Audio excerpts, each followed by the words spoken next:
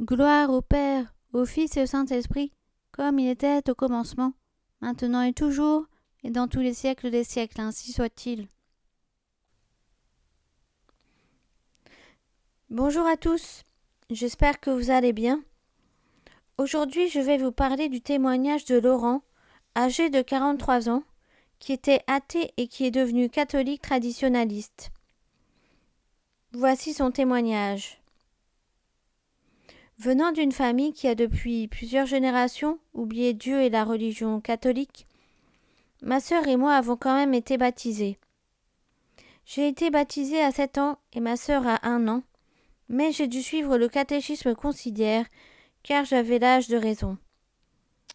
J'ai ensuite fait ma première communion et ma communion solennelle, mais sans aucun enthousiasme pour la religion, car nos parents nous ont appris qu'ils nous ont baptisés pour éviter de le faire avant le mariage, si l'on souhaitait se marier un jour, et pour les communions, c'était pour les cadeaux de mon parrain et de ma marraine.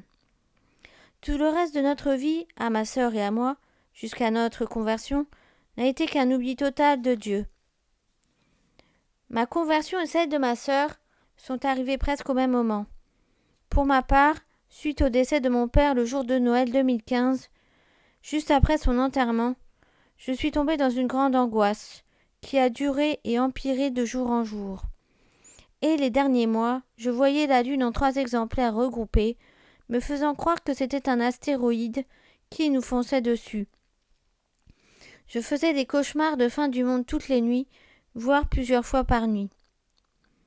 À ce moment, j'ai beaucoup pensé au suicide. Mais par la grâce de Dieu, j'ai fait la connaissance d'une amie qui m'a conseillé de prier le rosaire tous les jours. Au début, cela m'était vraiment très difficile et très désagréable. Mais j'ai tenu. Et depuis ma conversion, quand je me sens vraiment mal, je fais un rosaire et cela ne dure que quelques jours. Quelques mois plus tard, je pensais ce que je priais, et je me suis rendu compte que je croyais en Dieu. Ma sœur a retrouvé la foi vers ce moment, mais sans retourner à l'église.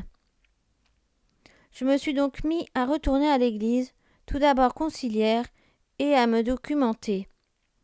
C'était principalement sur YouTube, et pas forcément sur de bonnes chaînes, comme celle d'Arnaud Dumouche, remplie d'hérésie. Comme le fait qu'au moment de la mort, on est tous présentés devant Jésus, puis devant le diable, et c'est à nous de faire le choix. Et j'ai commencé vraiment à me poser plein de questions sur les preuves de Dieu, après avoir vu beaucoup de vidéos, me disant que ce n'est pas possible, tout le monde choisirait Jésus. J'ai demandé beaucoup de preuves à notre Seigneur par la suite. J'étais comme saint Thomas, avant ma conversion, un pur informaticien.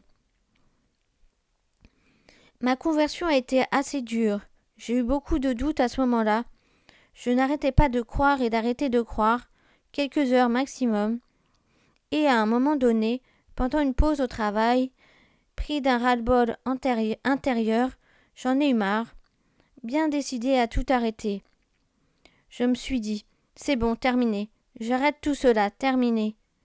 Et étant seule dehors, j'ai entendu la voix d'une femme, douce et aimante, juste à côté de moi, me dire à l'oreille « Courage, tiens bon ».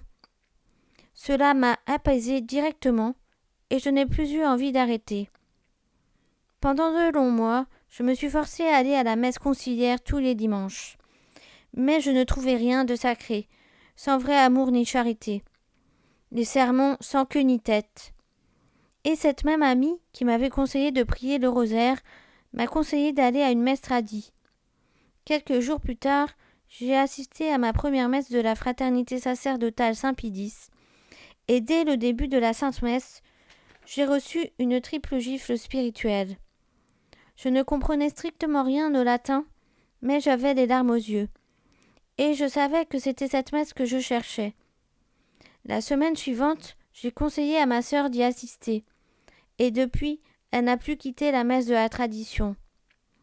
Moi, j'ai dû faire quelques concessions, car j'étais fiancée à une catholique conciliaire, et nous n'avions pas la même façon de voir la tradition. Tout en sachant que j'avais enfin trouvé la vraie messe et la vraie doctrine. Cela fait maintenant 4 ans que je n'assiste qu'à la messe de la fraternité sacerdotale Saint-Pédis, et alliés, comme le couvent de Morgon, et où toutes les questions que je me suis posées depuis mon enfance ont trouvé réponse grâce au catéchisme de Saint Pie X ou de Trente, et avec l'aide de mon directeur spirituel. Petit clin d'œil de Dieu, ma sœur et moi avons été baptisés ensemble et nous avons été confirmés ensemble 30 ans après, quasi jour pour jour.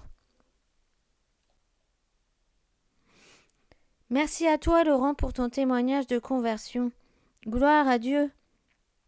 Cette vidéo s'achève. N'hésitez pas à aimer la vidéo, à la partager, à laisser un commentaire ou à vous abonner à la chaîne. Merci à vous pour votre écoute.